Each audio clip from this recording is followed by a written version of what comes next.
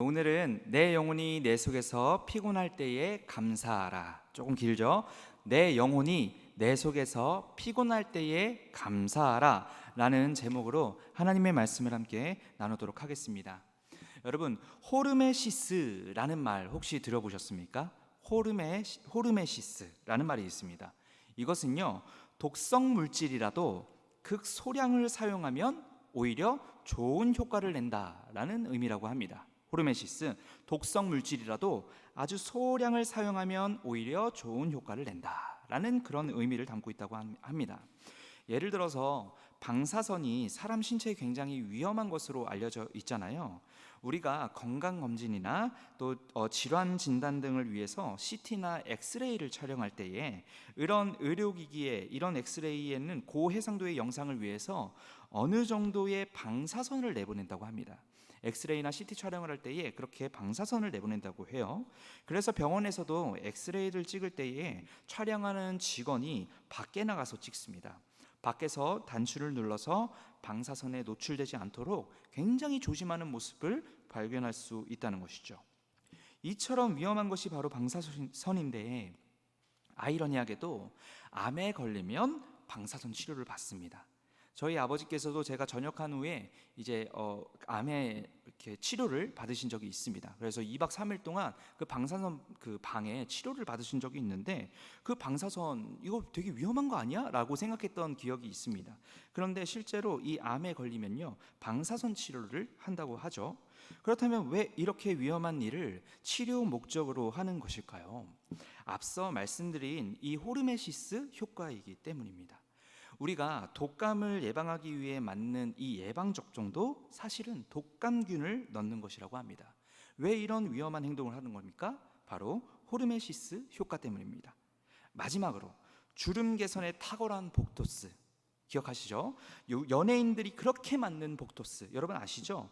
그것도 주 성분이 독소라는 사실을 저를 굉장히 놀라게 했습니다. 박테리아가 배출하는 독소가 바로 이 보툴리눔 톡신이라는 성분이고, 이 성분을 가지고 보톡스를 만드는 거라고 합니다. 그렇다면 왜 이런 위험한 행동을 합니까? 바로 호르메시스 효과이기 때문입니다. 이 호르메시스 효과는요, 사실 우리 삶 여러 곳곳에 녹아져 있다는 것이죠. 독성 물질이라도 소량을 사용하면 오히려 좋은 효과를 낸다. 바로 이 효과가 우리 삶 가운데 여러 곳에 녹여져 있다는 것입니다. 그리고 이러한 내용을 우리 삶 가운데에 한번 적용해 봤을 때 외상후 성장이라는 용어가 있습니다. 혹시 들어보셨나요? 외상후 성장. 네, 끄덕끄덕이시는 분이 한 분도 없으신 것 같으니까 제가 한번 설명을 해드릴게요. 아마 외상후 스트레스 장애 혹은 외상후 트라우마라는 말을 아마 들어보셨을 것입니다. 외상후 트라우마, 외상후 스트레스 장애는 과거에 경험했던 한 끔찍한 사건에 대한 기억으로 이 심리적으로 불안해하거나 두려움에 빠지는 것, 정상적인 생활이 어려운 현상을 이야기합니다.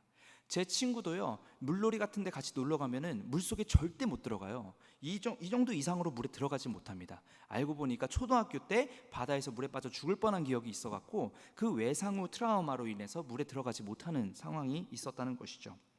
이러한 진단을 받은 대부분의 환자들을 보면 과거에 받은 상처로 인해서 많은 부작용, 많은 두려움을 안고 살아가는 모습을 우리가 발견할 수 있습니다. 하지만 우리가 기억해야 할 것이 뭐냐면요, 우리가 과거에 받은 상처가 부정적인 면만 있는 것이 아니라는 것입니다. 외상후 성장, 제가 말씀드린 외상후 성장이라는 용어가 바로 그것을 설명해 준다는 것이죠.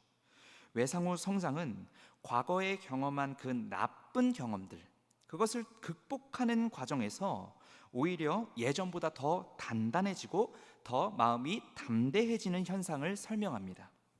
분명히 우리 앞에 장애물들과 고통들이 우리의 삶을 방해할 것이라고 생각을 했는데, 때로는 그런 것들도 우리들에게 순기능을 준다는 것이죠. 더욱 마음을 단단하게 만들 수도 있고요, 내 처신에 대해서 더 지혜로워지는 것입니다. 우리는 스트레스가 없는 게 좋은 것이라고 생각하지만, 때로는 우리가 가진 이 스트레스에 이런 순기능도 있다는 것을 기억해야 한다는 것이죠. 이런 상황들을 보았을 때 여러분, 우리는 삶 속에서 감사할 일이 참 많은 것 같습니다. 건강, 직장 생활, 사람들에게 도움을 받는 것도 물론 감사한 일이지만 동시에 그렇지 않을 때에도 오히려 스트레스를 받는 그 상황 속에서도 오히려 우리가 나아질 수 있는 그런 방향이 있다는 것이에요. 그래서 그 모든 것들에 대해서 우리가 하나님께 감사할 수 있다는 것입니다. 하나님이 우리를 위해서 주신 선물 같은 어려움이나 고난도 우리가 영적인 눈을 열어서 이것을 보게 되면 감사할 은혜들이 많다는 것을 깨닫게 될 것입니다. 내 삶에 감사의 지경이 넓어지게 되기를 주님의 이름으로 소망합니다. 우리는 오늘 요나의 이야기를 통해서 이에 대해서 좀 더 깊이 나누고자 합니다. 요나서 2장에서는요, 일상에서 가장 절망적인 상태에 처한 요나의 모습이 그려집니다. 요나는요, 하나님께 불순종한 결과로 풍랑에 빠지게 됩니다. 그리고 그 바다에 빠지게 되어서 물고기 뱃속에 들어가게 됩니다. 여러분, 이것이 요나에게 얼마나 절망적인 사건이었는지 다음 구절에서 표현이 되는데요. 요나서 2장 2절 한번 읽어보겠습니다. 시작. 이르되 내가 받는 고난으로 말미암아 여호와께 불러 아뢰었더니 주께서 내게 대답하셨고 내가 스올의 뱃속에서 부르짖었더니 주께서 내 음성을 들으셨나이다. 아멘. 우리가 이 말씀에서 한 가지 주목해야 될 점이 있습니다. 그것은 바로 스올의 뱃속이라는 표현입니다. 성경 문화 배경 사전, 이 사전을 한번 찾아보니까요, 스올이라는 단어가 무엇인지 알려주고 있거든요. 이것은 이때 당시에 유대인들이 생각하기에 죽은 사람들이 가는 처소, 죽은 영혼들의 무덤, 이런 의미를 갖고 있습니다. 굉장히 음침하고 어두적적한 그런 표현이죠. 이것이 욥기에 가서도 이런 표현이 있는데요. 7장 9절을 보니까 한번 들어가면 벗어날 수 없는 곳으로 표현이 되어 있을 정도로 끔찍한 죽음의 공간이라는 것을 우리가 알 수가 있습니다. 이게 신약 시대에서는 하데스라는 단어로 쓰여지는데 이 하데스라는 단어가 지옥이거든요. 그러니 이 스올이라는 단어는 어쩌면이 아니라 이 스올이라는 단어는 지옥의 동의어로도 사용이 됩니다. 그런 스올이라는 단어를 표현하면서까지 자신의 처지를 설명하는 이 요나의 상태, 어떻겠습니까? 얼마나 끔찍하고 고통스러운 상황 속에 있는지 우리가 살펴볼 수 있다는 것이죠. 그러나 실상은요, 이 끔찍한 스올의 뱃속과 같은 고통스러운 이 상황이 요나를 크게 성장시켰다는 것, 우리가 이것을 확인할 수 있습니다. 요나는 지금 이 2장이 현재 진행형이겠지만 우리가 보는 이 요나는 1장부터 마지막 장까지 다 확인할 수 있지 않습니까? 그래서 우리는 알 수 있는 것이죠. 이 2장의 이 요나의 정말 어두침침한 상황을 통해서 하나님께서 요나를 만지시는구나, 성장시키시는구나, 반전을 일으키시는구나 라는 것을 우리는 알 수 있다는 것입니다. 그리고 또한 요나의 상황과 같이 우리 또한 하나님께서도 그렇게 일으켜주시고 그렇게 반전의 하나님으로 임하여 주신다는 것입니다. 세상 사람들은 낙심되고 절망적인 일들을 경험할 때 예수 믿는 우리들은 그것을 하나님의 축복이요 하나님의 도구로 인식할 수 있어야 합니다. 요셉이 억울한 옥살이를 그리고 종살이를 경험한 후에 나중에 형제들을 만나고 나서 뭐라고 얘기합니까? 이 모든 게 우리 가정을 살리시기 위한 하나님의 크고 선하신 뜻이었습니다 라고 확신을 가지고 선포하지 않습니까? 그런 것처럼 예수님을 믿는 우리 또한 그 모든 게 하나님의 선하신 계획의 일부분이라는 사실을 인정해야 하는 줄로 믿습니다. 푸른 초장을 지날 때뿐만이 아니라 끔찍한 슬픈 그 스올의 뱃속에 있던 날들도 나중에 보면 놀라운 하나님의 축복이었다라고 인식할 수 있어야 하고 믿을 수 있어야 합니다. 그렇다면 이러한 스올의 뱃속, 절망의 골짜기, 어떻게 요나에게 이런 것들이 축복의 도구가 될 수 있었을까요? 저는 이것을 오늘 이 시간 3가지로 정리하여 여러분들과 나누고자 합니다. 첫 번째로 요나에게 이 스올의 뱃속이 오히려 축복의 시간이 되었던 것은 바로 그 스올의 뱃속이 하나님을 진지하게 찾게 하는 도구가 되었기 때문입니다. 그 수월의 뱃속이요, 요나로 하여금 하나님을 진지하게 찾게 했다는 거예요. 그 도구로 하나님이 그 수월을 사용했다는 것이죠. 우리가 이것을 살펴보기에 앞서서 요나의 상황을 한번 전체적으로 보기를 원합니다. 하나님께서는요, 작정을 하셨어요. 무슨 작정입니까? 이 니느웨를 변화시키시기로, 구원하시기로 작정하셨습니다. 그래서 그것을 위해서 일꾼을 삼으시는데 그 사람이 바로 요나였습니다. 요나를 니느웨를 변화시키기 위한 도구로 사용하시기로 작정을 하셨다는 것이죠. 그리고 그를 부르시고 명령하십니다. 요나서 1장 1절이 그것을 이야기합니다. 여호와의 말씀이 아미떼의 아들 요나에게 임하니라 이르시되 하면서 1장 1절이 시작이 되거든요. 여러분, 하나님의 말씀의 도구로 사용되어지는 것이 얼마나 축복입니까? 하나님께서 사용하시고자 우리를 부르신다면 그것이 우리에게 얼마나 큰 축복입니까? 그러나 요나는요, 어떻습니까? 하나님과 완전히 반대되는 생각을 가집니다. 그것은요, 니느웨가 망해버렸으면 좋겠다 이렇게 생각을 하고 있는 것입니다. 그래서 하나님의 말씀을 전하기가 싫었어요. 니느웨가 망해버렸으면 좋겠다고 생각했기 때문이죠. 그들이 회개해서 하나님께 축복받는 것을 눈뜨고 바라볼 수가 없었습니다. 그래서 하나님의 명령을 거스르고 니느웨 반대편 다시스로 도망하는 겁니다. 1장 3절이 이것을 이야기합니다. 그러나 요나가 여호와의 얼굴을 피하려고 일어나 다시스로 도망하려 하여 욥바로 내려갔더니, 저는 아직 아이가 없지만요, 제가 어렸을 때에 어머니와 가장 행복했던 시간이 있었습니다. 그것은 뭐냐면 엄마와 함께 손을 잡고 대형마트를 가는, 장 보러 가는 시간이었습니다.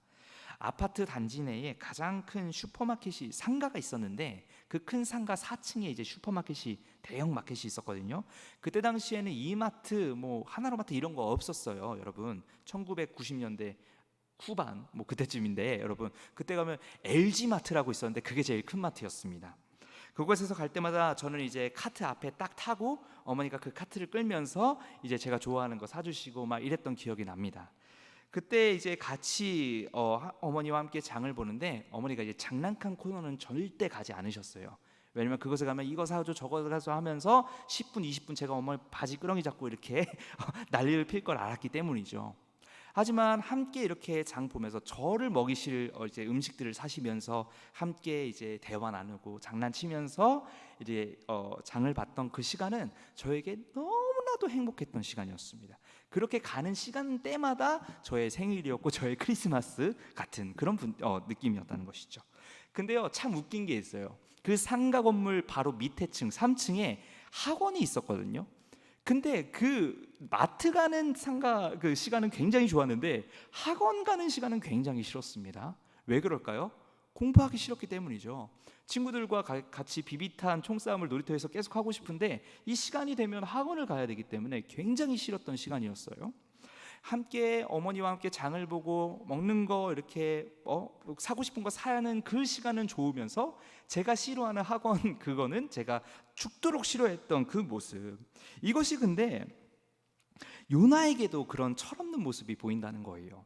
본인이 좋아하는 거는 그렇게 죽어라 잘하면서 본인이 싫어하는 거는 아예 그냥 무시하고 떠나버리는 이런 교만한 마음들, 이것이 바로 요나에게도 있었다는 것입니다. 자신이 원하는 명령이 아니라고 해서 건성으로 듣고 그 자리를 피하기까지 합니다. 웃기는 것은요, 이렇게 하나님 말씀을 건성으로 듣던 요나가 그 풍랑이 몰아치는 뱃속에서 사람들이 모두 요나에게 너는 누구냐라고 물어봤을 때에 이렇게 답변을 하거든요. 1장 9절인데 같이 한번 읽어보겠습니다. 본문 전에 나오는 1장 9절입니다. 시작. 그가 대답하되 나는 히브리 사람이요 바다와 육지를 지으신 하늘의 하나님 여호와를 경외하는 자로라 하고. 아멘.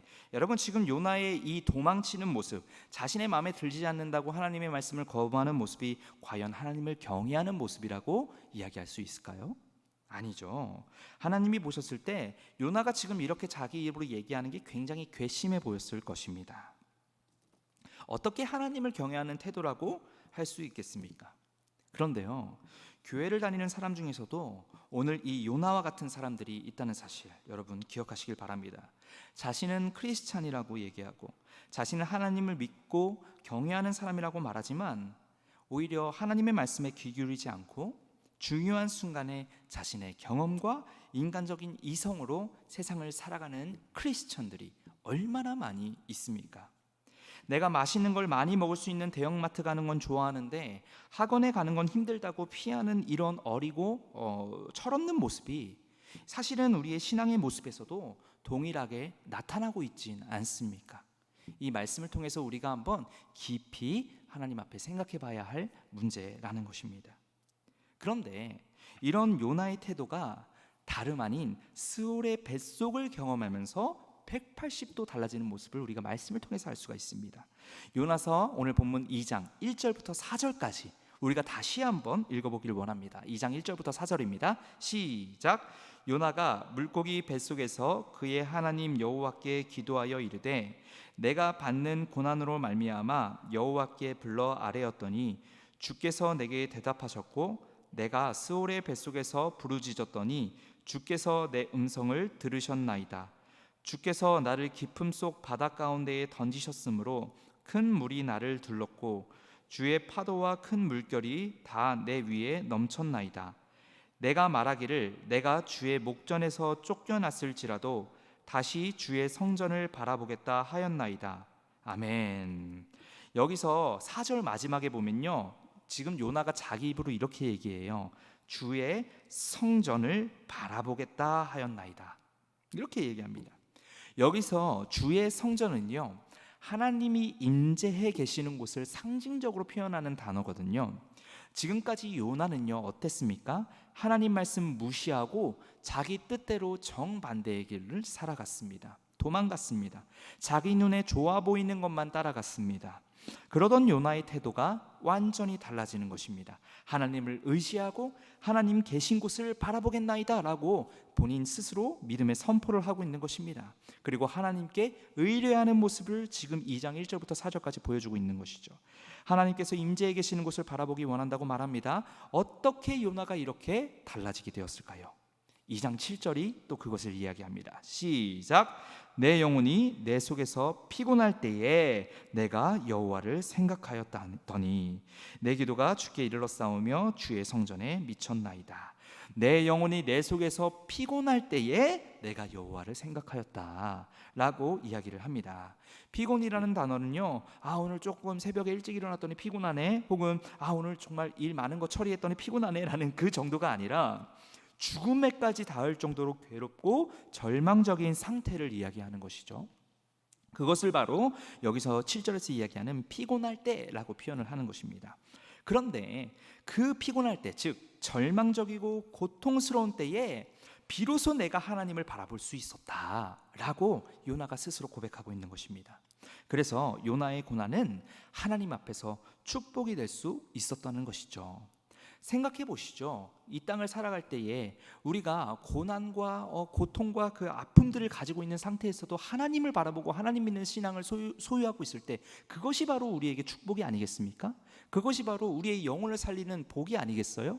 반대로 그렇게 하나님은 믿지 않고 하나님 없다라고 생각하면서 자신만 믿고 살아가는, 세상 속에 살아가는 사람들이 돈이 많고 집이 많고 차가 아무리 많아도 어떻게 그 사람이 하나님 앞에 축복받는 사람이라고 이야기를 할 수가 있겠습니까?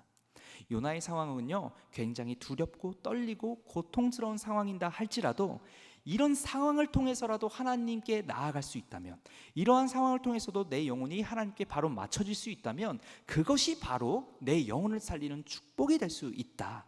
이것이 바로 하나님께 받는 축복이다라고 이 요나가 담대하게 이야기하는 것입니다. 사랑하는 여러분, 고난을 통해 우리는 하나님과 더 가까이 나아갈 수 있습니다. 고난은 고난대로 당하면서도 거기서 아무런 하나님의 메시지를 발견하지 못한다면 그 사람은 세상에서 가장 안타까운 사람일 것입니다. 우리 역시 때로는 스올의 백석과 같은 고난을 경험하고 계신 줄로 알고 있습니다.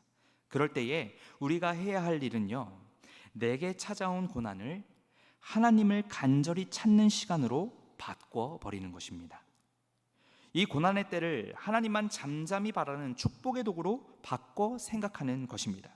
그리고 실제로 그 고난 속에서 하나님을 찾을 때에 우리의 상황은 축복으로 변하게 되는 줄로 믿습니다.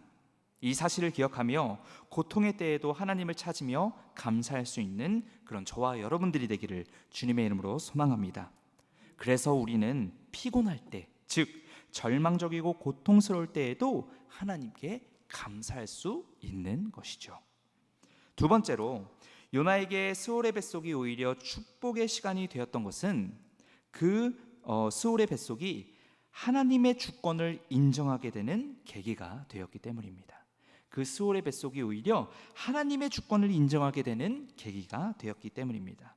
요나서 2장 2절에 보면요, 요나가 왜 이렇게 달라지게 되었는지 말씀이 나옵니다. 아까 읽었지만 다시 한번 2장 2절을 읽어보기를 원합니다. 시작. 이르되 내가 받는 고난으로 말미암아 여호와께 불러 아뢰었더니 주께서 내게 대답하셨고 내가 스올의 뱃속에서 부르짖었더니 주께서 내 음성을 들으셨나이다. 아멘. 이르되 내가 받는 고난으로 말미암아 여호와께 불러 아뢰었더니, 모든 회복은요 하나님을 부를 때 시작됩니다. 그런데 오늘 요나가 하나님을 불러 아뢰는 이유가 무엇입니까? 고난으로 말미암아, 고난으로 인해 하나님을 불렀습니다. 고난으로 인해 회복의 시작이 되었다는 것입니다. 이전까지는 자신의 생각과 기준으로 살았습니다. 하나님의 말씀을 무시하고 오히려 그 반대로 살아가는 교만함까지 요나가 보였습니다. 그런데 이 고난이라는 것이 요나에게 죄의 늪으로 나아가는 발걸음에 브레이크를 걸어줬다는 사실입니다. 이렇게 브레이크가 없었으면 그는 끝까지 결국 하나님을 무시하고 신뢰하지 못하여 그 고통의 늪에 결국은 빠져서 지옥불로 떨어졌을 것이지만, 하지만 하나님께서 그 고난이라는 브레이크를 통하여서 요나를 건져내신 것입니다. 뒤이어 3절에서는 한 걸음 더 나아갑니다. 2장 3절 한번 읽어보겠습니다. 시작. 주께서 나를 깊음 속 바다 가운데에 던지셨으므로 큰 물이 나를 둘렀고 주의 파도와 큰 물결이 다 내 위에 넘쳤나이다. 아멘. 지금 요나가 이렇게 고백하고 있는 것인데요, 그는 스스로 이 고난을 주께서 행하셨다라고 선포하고 있습니다. 모든 일이 하나님의 손 안에 있다는 하나님의 주권을 비로소 다시 한번 깨닫게 된 것입니다. 하나님께서 모든 것들을 감찰하시고 통치하신다는 것을 이 고통 중에서 깨닫게 된 것입니다. 어쩌면 이것을 깨닫는 것이 은혜 아니겠습니까? 고통을 경험하는 대신 내 영혼의 생명이 되는 이 참 믿음을 소유하게 된다면 이것이 우리 영혼에 훨씬 더 큰 은혜 아니겠습니까? 요나는 지금 이것을 다시금 깨닫고 하나님께 감사하고 있는 것입니다. 그래서 어떻게 합니까? 9절의 고백을 하나님께 올려드리게 되는 것이죠. 9절을 한번 읽어보겠습니다. 시작. 나는 감사하는 목소리로 주께 제사를 드리며 나의 서원을 주께 갚겠나이다. 구원은 여호와께 속하였나이다 하니라. 아멘. 여기서 구원이라는 것은 단순히 물고기 뱃속에서 이제 건진받는 차원을 뛰어넘는 것입니다. 그 하나님의 주권과 어떠하심을 온전히 믿음으로 말미암아 내 영혼이 구원을 받았도다 라고 선포하고 있는 것이죠. 그 영적인 통찰과 참된 믿음이 요나 가운데서 지금 뿜어져 나오고 있는 것입니다. 하나님의 주권을 깨닫는 것, 이것이 고통 중에 축복을 받는 비결이란 것입니다. 그렇다면 하나님의 주권을 인정하며 우리가 하나님의 그 주권을 인정하는 시각으로 우리가 이 세상을 한번 살펴보자는 거예요. 이 시대는요, 그야말로 혼란과 혼돈의 시대입니다. 아마 다 여러분들도 동의하실 거라고 생각을 합니다. 창세기에 보면요, 바벨탑을 쌓으며 인류가 함께 하나님처럼 되고자 하는 그 교만한 죄성의 모습이 있습니다. 그런데 그것이요, 오늘날 글로벌이라는 이름으로 더욱더 가속화돼가는 기분이 저는 많이 듭니다. 미국과 유럽에서는 성적인 타락이 법으로 제정되어서 합법적으로 문란한 문화를 형성해 나간 지 굉장히 오래됐고요. 아르헨티나 정부는요, 주민등록증과 여권에 성별을 쓰는 란에 남성, 여성, 그리고 X 성별을 옵션으로 추가를 했습니다. 이것이 무엇을 의미합니까? 이분법적 성별 구분에서 벗어나서 성 정체성을 자기 스스로 판단할 수 있다라고 인정을 해버린 거예요. 나 남자도 아니고 여자도 아니고 양성이야 라는 것들 오케이, 합법적으로 허용을 한 거예요. 그러니까 이제는 남성, 여성이 아니라 X란을 또 따로 추가를 했다는 것입니다. 실제로 일어난 일입니다. 실제로 지금 이렇게 진행이 되고 있는 일입니다. 그래서 그것을 이제 축하하고자 아르헨티나 대통령이 막 축하 영상도 보내고 사진도 찍고 이런 것들을 제가 오늘 설교를 이렇게 준비하다가 알게 되었습니다. 그리고 그러한 풍습 문화는요, 더 이상 그들만의 문화가 아니라는 사실 여러분 기억하셔야 됩니다. 그것이 지구 반대편에 일어나고 끝나는 일이 아니라는 거예요. 더 이상 강 건너 불구경하는 시절이 아니라는 거예요. 왜냐하면 이 세계는요, 너무나도 빠른 통신망으로 마치 옆 동네에서 일어나는 일처럼 빠르게 온라인이나 SNS를 통하여서 우리에게 전달을 하고 또 우리에게 영향을 주고 있기 때문입니다. 저는 이런 사태들을 보면서 마치 온라인 바벨탑이 하나님을 향해 쌓아 올라가지고 있는 기분이 듭니다.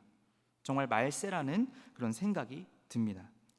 하나님에 대한 주권이 무너지는 세상 속에 우리가 살아가고 있습니다. 그렇기 때문에 우리는 하나님의 존재와 그분의 주권을 회복시키는 일에 우리의 삶을 쏟아내야 합니다. 이 길만이 하나님을 멸시하고 교만한 바벨탑을 쌓는 이 세상 속에서도 내 영혼과 내 가족의 영혼을 지킬 수 있는 유일한 길이라는 사실을 기억하시기 바랍니다. 여호수아와 같이 나와 내 집은 여호와를 섬기겠노라 라는 그 고백을 나부터 했을 때에 크리스천 한 사람 한 사람, 한 가정이 일어나 하나님의 주권을 회복하는 도구로 사용되어질 줄로 믿습니다. 그렇다면 먼저 중요한 것은요, 우리가 삶 속에서 겪는 이 스올의 뱃속, 즉 고통의 시간이 바로 하나님의 주권을 자각하는 도구가 될 수 있다는 것을 나부터 깨닫는 거예요. 네, 우리가 평소의 삶뿐만이 아니라 이 고통의 순간, 코로나의 순간까지도 하나님께서 주권을 가지고 계신다는 그 사실을 우리가 기억하고 인정하고 선포해야 된다는 것입니다. 그럴 때에 하나님을 향한 우리의 마음이 변질되지 않고 오히려 위기 가운데 하나님을 더 찾을 수 있는 담대한 그리스도인이 될 수 있고, 그런 우리를 통하여서 하나님의 주권을 선포했을 때에 이 땅 가운데 하나님의 주권이 선포되어지는 것 아니겠습니까? 그러한 귀한 도구로 저와 여러분들이 사용되어질 수 있기를 주님의 이름으로 소망합니다. 여호와 하나님이 우리의 주권자 되신다는 사실을 여러분 믿으십니까? 이 세상을 두루두루 감찰하시며 통치하신다는 사실 또한 믿으십니까? 그렇다면 우리의 삶 한순간 한순간도 하나님이 눈을 떼지 않고 다스려 주신다는 그 주권을 믿으시길 바랍니다.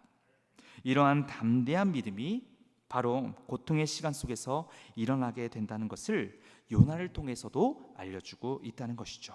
그러니 이 고통의 시간도 우리에게는 축복이요 하나님의 선물이 된다는 것이죠. 마지막 세 번째로 요나에게 스올의 뱃속이 축복의 도구가 될 수 있었던 것은 스올의 뱃속이 내 영혼이 원래 있어야 할 자리로 돌아가게 하는 도구가 된다는 것입니다. 이 스올의 뱃속이라는 이 고통의 시간이 내 영혼이 원래 있어야 할 자리로 돌아가게 하는 그런 도구가 된다는 것입니다. 고난을 받는 그리스도인들을 옆에서 우리가 잘 지켜보면요, 그 고난 후에는 이전보다 더 깊은 영성을 소유하고 더 깊은 신앙으로 무장한 사람들을 우리가 많이 살펴볼 수가 있습니다. 저도 그렇고 여러분들도 그럴 것입니다. 고난이 이런 효과를 가져다 주는 경우가 정말 많은데 그 중에서 성경에서도 이 원리가 나타나 있거든요. 여러분 탕자 기억하시죠? 네, 돌아온 탕자 기억하시죠? 이 탕자도 돼지우리 속에서 엄청난 절망을 하지 않았습니까?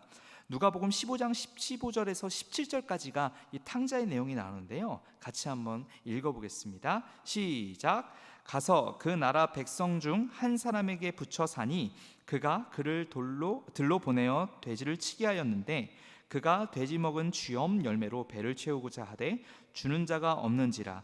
이에 스스로 돌이켜 이르되 내 아버지에게는 양식이 풍족한 품꾼이 얼마나 많은가. 나는 여기서 줄여 죽는구나. 아멘. 네, 이 탕자가 얼마나 수올의 뱃속과 같이 절망적인 상황에 빠져 있는 이 상황입니다. 이것을 지금 우리가 한번 살펴봤습니다. 여기서 보면요, 이에 스스로 돌이켜 이르되 라는 이 말이요, 새 번역 성경을 보면요 이렇게 기록이 되어 있습니다. 그제서야 그는 제정신이 들어서, 그제서야 제정신을 차렸다는 거예요. 돼지우리에 가고 나서야, 그 고통 속에 빠지고 나서야 제정신이 들었다는 겁니다. 이 돼지우리는요, 탕자에게 그제서야 제정신이 들게 한 하나님의 도구였다는 사실입니다. 이 스올의 뱃속은 요나에게 그제서야 제정신이 들게 한 하나님의 도구였다는 것입니다. 이 고통과 절망의 시간들이 사실은 하나님께 돌아가는 터닝 포인트이기 때문에 그 돼지우리의 수치스러움도, 스올의 뱃속의 고통도 그리스도인들에겐 축복의 장소가 되는 것입니다.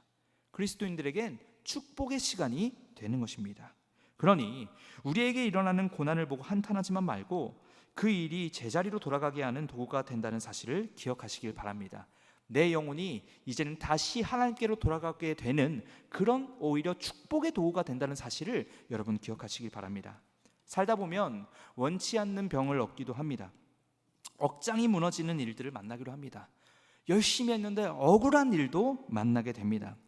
우리의 삶을 흔들고 교회를 흔드는 일들에 분노하기도 하고 상처받아서 눈물을 흘릴 때도 있지만, 그 모든 상황이 우리에게 유익이 될 수 있는 이유는요, 그 모든 사건들을 통해서 하나님이 우리를 회복시킨다는 사실입니다. 그 사실을 기억하시길 바랍니다. 시편 119편 71절에서는 이것을 이야기하고 있습니다. 같이 한번 읽어보겠습니다. 시작.